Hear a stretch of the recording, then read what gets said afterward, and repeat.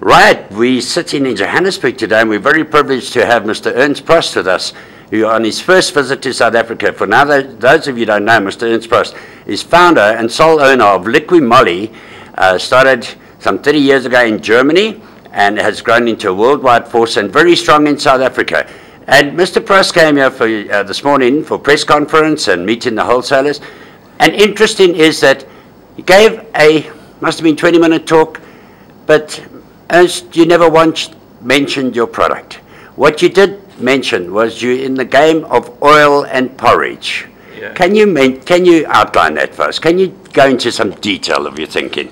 Yeah, it is a short story, and it was a deep emotional moment I had in this morning in a township around Johannesburg before this press conference, and we met some children, and we feed these children with porridge. It's a program of GEM, is a partner of us in social activities, and we give some money and we sponsor this GEM organization. And I saw how much we can do with less money. I'm in the oil business, that's true, but I want also to do things good, and I want also to give back some of the money we earn in South Africa, giving back this money to the poor people.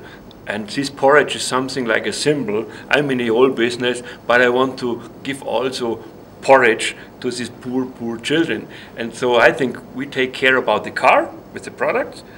This is the strategy of the company of Liqui Moly, and we also take care of these people in this country. That's what I want to do. Well, that is fantastic. And you actually mentioned also it's not just about porridge. You also want to take care of their education. How do you intend sort of looking at that and tackling that side?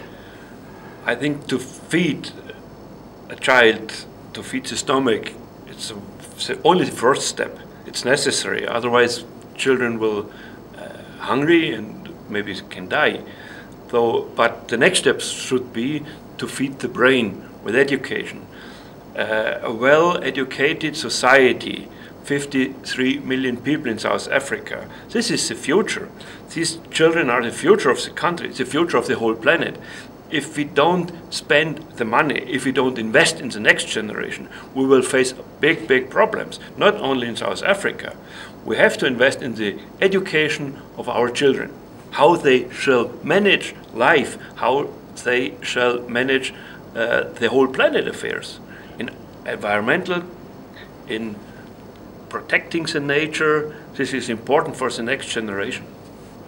Fantastic. I know that after Japan, after the Second World War, they went on a policy of education to become a world economic giant, and they succeeded that. So I hope South Africa heeds your words there. You said you found South Africa, on your visit, a little bit confusing.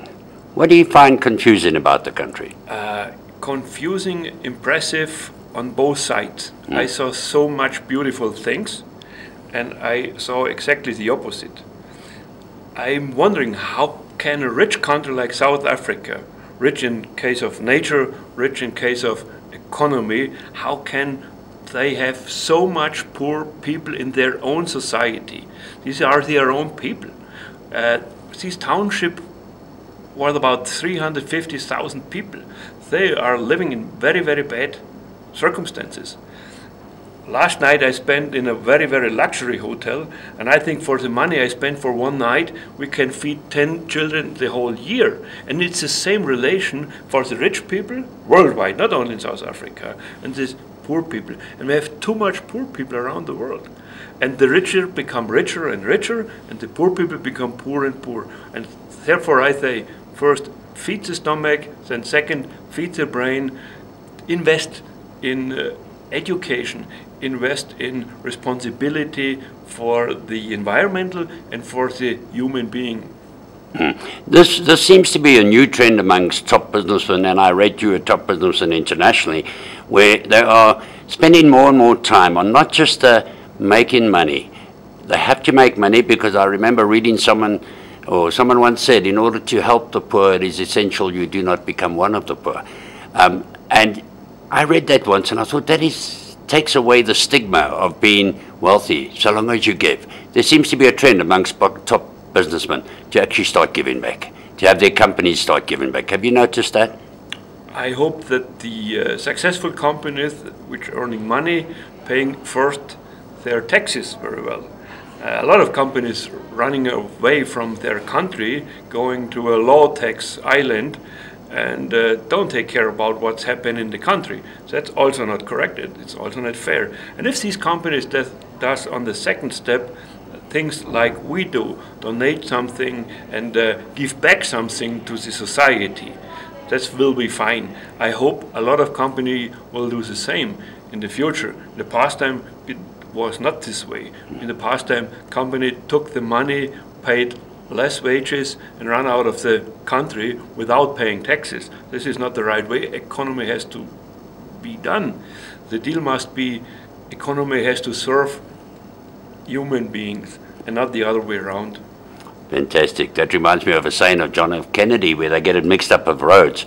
He said, it's not our good economy that gave us our good roads. It's our good roads that gave us our good economy. And you saying a switch in thinking of that is, it's quite an analogy.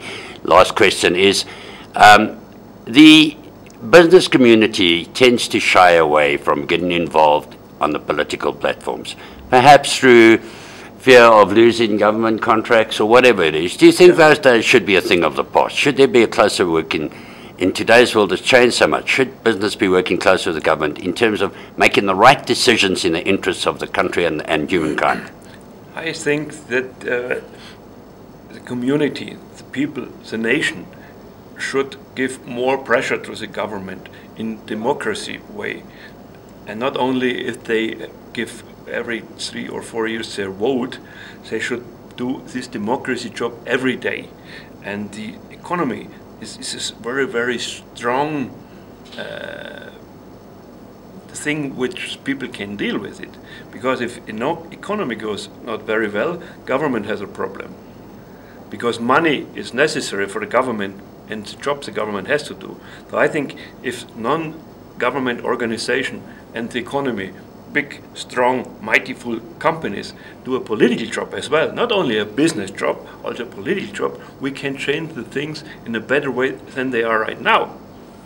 Absolutely fantastic. I must just tell our viewers that this is the man who took a bold and a giant step against BP when they had that enormous spill and didn't seem to react responsibly to it, and boycotted all BP products in terms of the base products to make your vehicle. And I compliment you on taking that stance.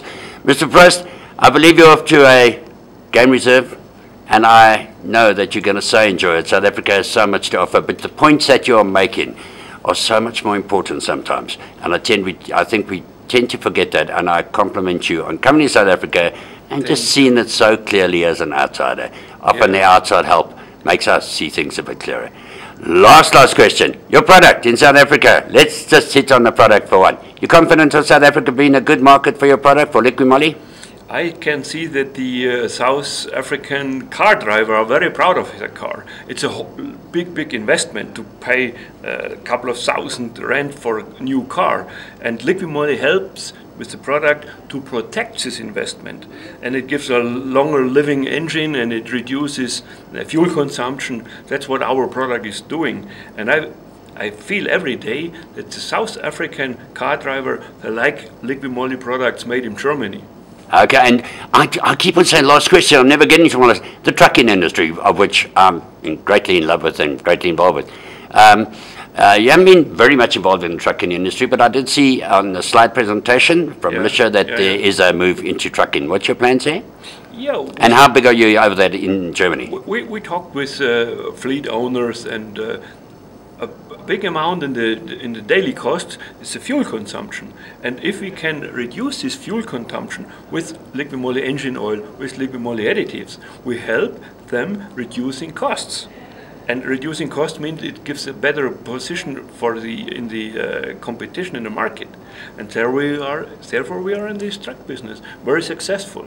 Okay, and you intend to be successful here in South Africa? Basically, just entering the truck industry, aren't you? In South Africa, Yeah, in South Africa. We are doing business in 120 countries around the world, Yeah. and in some countries we are on a 100% position. In South Africa, we started 7 years ago, so we are a youngster in the market. Yeah. But I think if we do our job very well, like we started 7 years ago, for the next 10 or 20 or 30 years, and this is our aim and this is our challenge, we will number one in South Africa, in the car care business, in the engine oil business, and also in the truck business.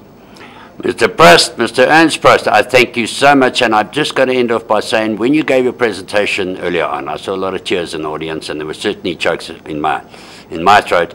What I saw up there was a Bill Gates, who's thinking more about the world than just about himself. God bless you, and enjoy South Africa. I try my best. Thank you very much.